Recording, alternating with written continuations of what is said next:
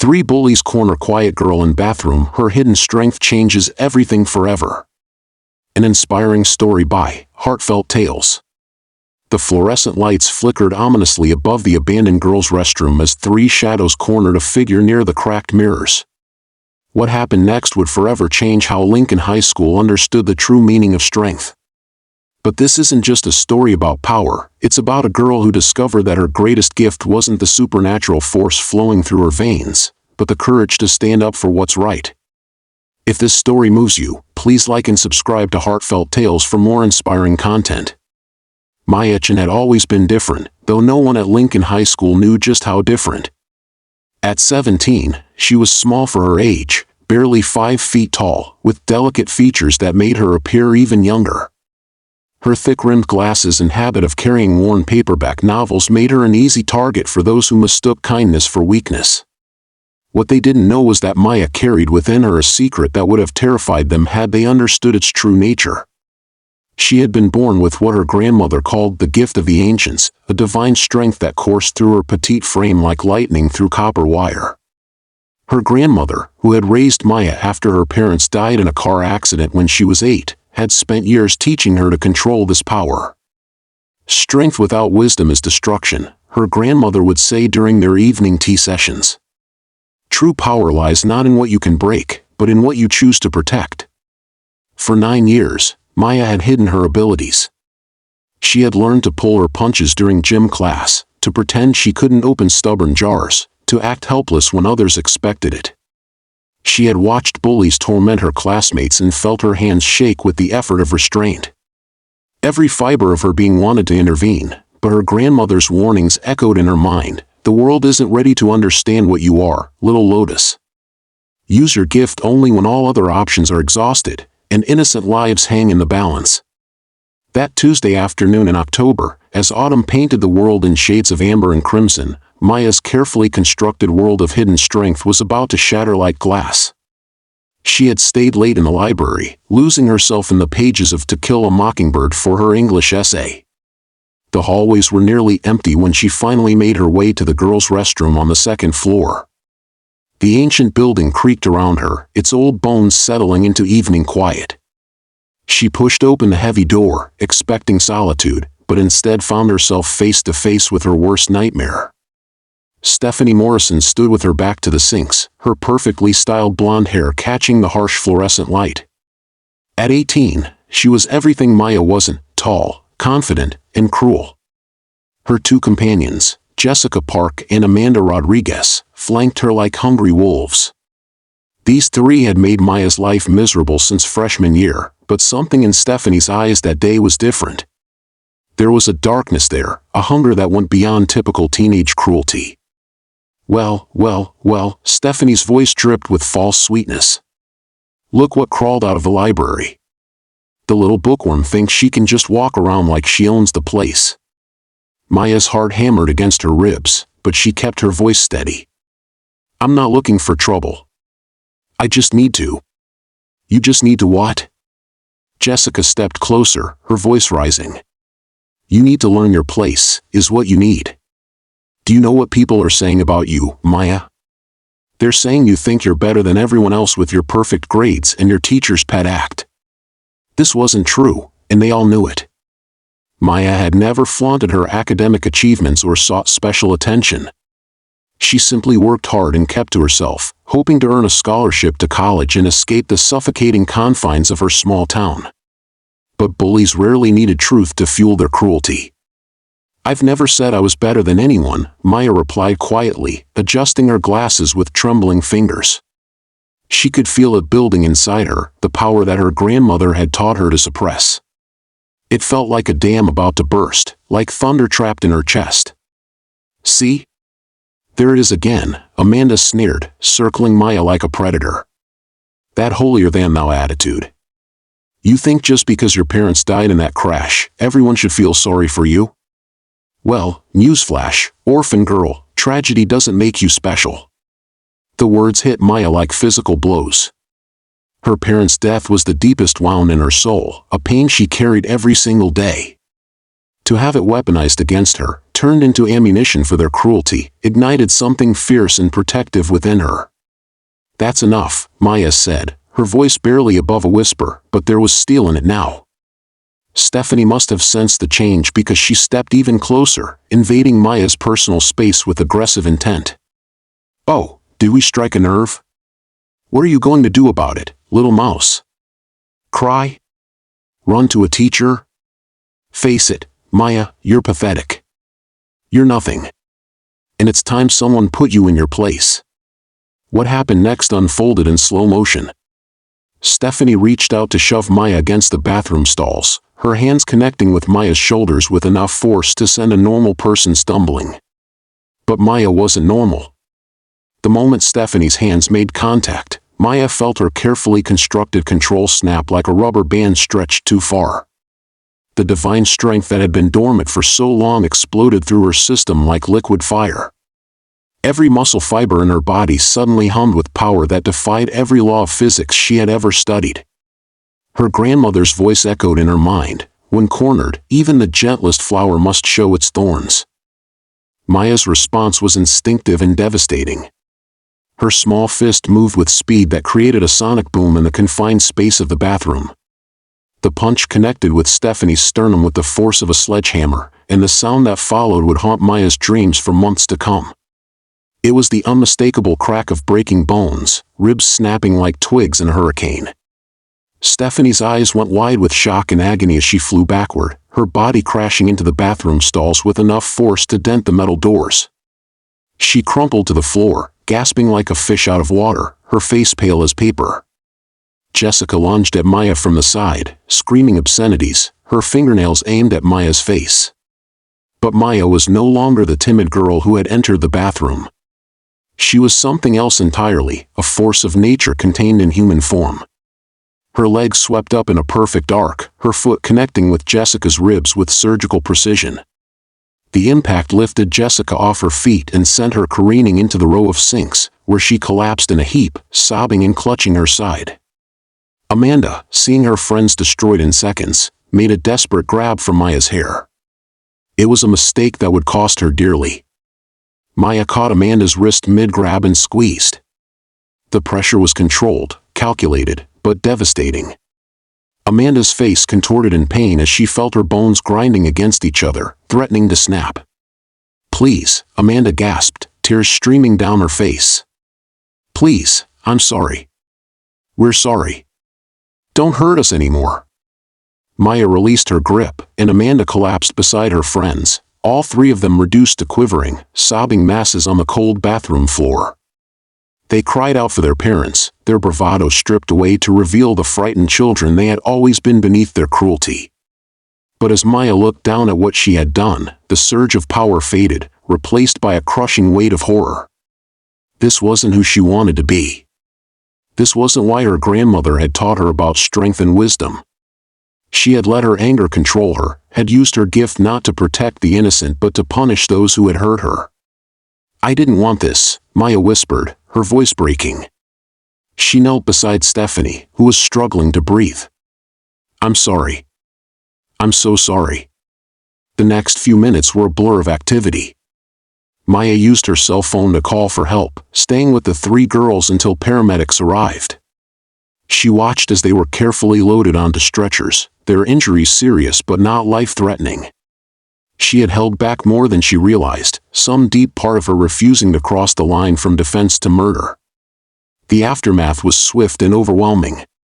Principal Davidson, the police, worried parents, and finally, Maya's grandmother arriving with worry etched deep in the lines of her weathered face. Through it all, Maya told the truth, or as much of it as she dared. She had defended herself against 3 attackers.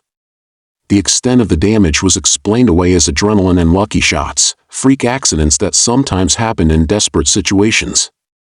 But Maya's grandmother saw through the official story immediately. That night, as they sat in their small kitchen sharing tea in silence, the older woman finally spoke. "The gift revealed itself today, didn't it, little Lotus?" Maya nodded, tears falling into her teacup. "I couldn't control it, grandmother. They said things about mom and dad, and I became someone else. Someone terrible.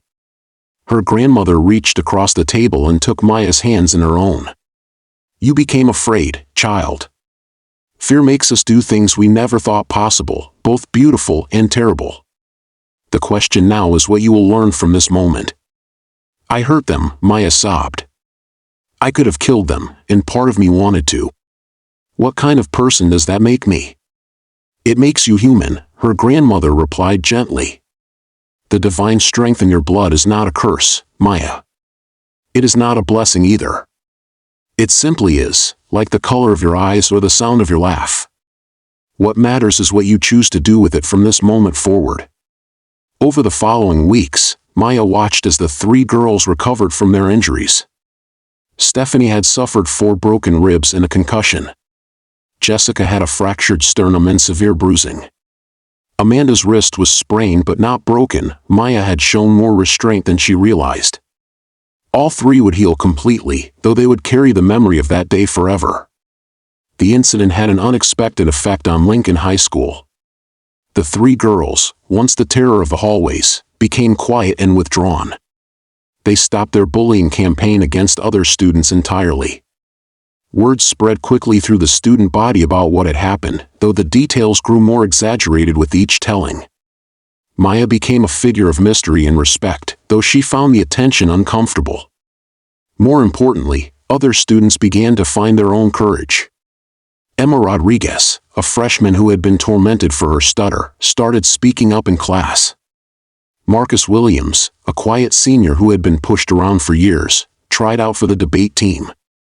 It was as if Maya's moment of revealed strength had given permission for others to find their own power, though theirs was the ordinary kind, the strength of voice, of standing up, of refusing to accept cruelty as inevitable. Maya herself struggled with the weight of what she had done. She began seeing the school counselor, Mrs. Patterson, though she couldn't reveal the full truth of her abilities. Instead, they talked about anger, about fear, about the responsibility that comes with power, even ordinary power. You know, Mrs. Patterson said during one of their sessions, strength isn't always about being able to overcome obstacles by force. Sometimes the strongest thing you can do is walk away, or ask for help, or choose compassion when anger would be easier. These words resonated with Maya more deeply than the counselor could have known. She began to understand what her grandmother had been trying to teach her all those years. True strength wasn't about the divine power flowing through her veins, it was about the choices she made every single day. A month after the incident, Maya found herself face to face with Stephanie in the hallway. The other girl was thinner now, moving carefully because of her healing ribs. When their eyes met, Maya expected to see hatred or fear. Instead, she saw something else entirely. Maya, Stephanie said quietly, stepping closer. Can we talk? They found a quiet corner near the library, away from curious eyes and ears. Stephanie looked different, smaller somehow, more human than the cruel giant she had seen before. I want to apologize, Stephanie said, her voice barely above a whisper. Not because of what happened to us. But because we were wrong. We were horrible to you, and you didn't deserve any of it. Maya felt tears prick her eyes. This was not what she had expected. Stephanie, Let me finish, Stephanie interrupted. I've been thinking a lot since that day. About why we did what we did. I think we picked on you because you had something we didn't. You were content with yourself. You didn't need to tear other people down to feel important. We were jealous, and instead of trying to be better, we tried to make you worse. Maya looked at this girl who had tormented her for years and saw, perhaps for the first time, a real person underneath the cruelty. Why are you telling me this? Because I want to be different, Stephanie said simply. What you did to us, it wasn't just about strength, was it? It was about reaching a breaking point. Everyone has one. We pushed you to yours, and you showed us what real power looked like. But you also showed us mercy.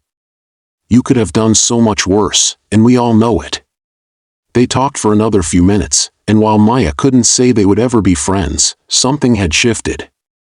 A cycle of cruelty had been broken, replaced by understanding, however fragile. That evening, Maya sat with her grandmother on their front porch, watching the sun set behind the mountains that surrounded their small town. The autumn air was crisp and clean, full of the promise of change. "I think I understand now," Maya said quietly. "About the gift. About what you've been trying to teach me." Her grandmother smiled, the expression transforming her weathered features. "Tell me, little Lotus." "It's not about the strength in my body," Maya continued. "It's about the strength in my heart.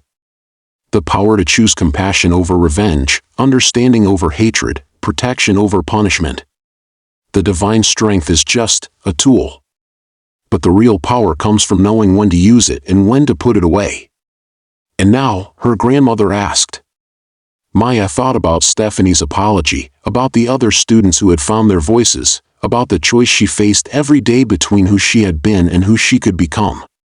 "Now I try to be worthy of both kinds of strength," she said. "The kind that can shatter bones and the kind that can mend hearts. And I hope I'm wise enough to know the difference." Her grandmother reached over and squeezed her hand. "You will be, child. You already are." As the stars began to emerge in the darkening sky, Maya felt a peace she had never known before. She still carried the divine strength within her, still felt its power humming through her bones. But now she understood its true purpose. It wasn't meant to make her different from other people, it was meant to help her become more fully herself.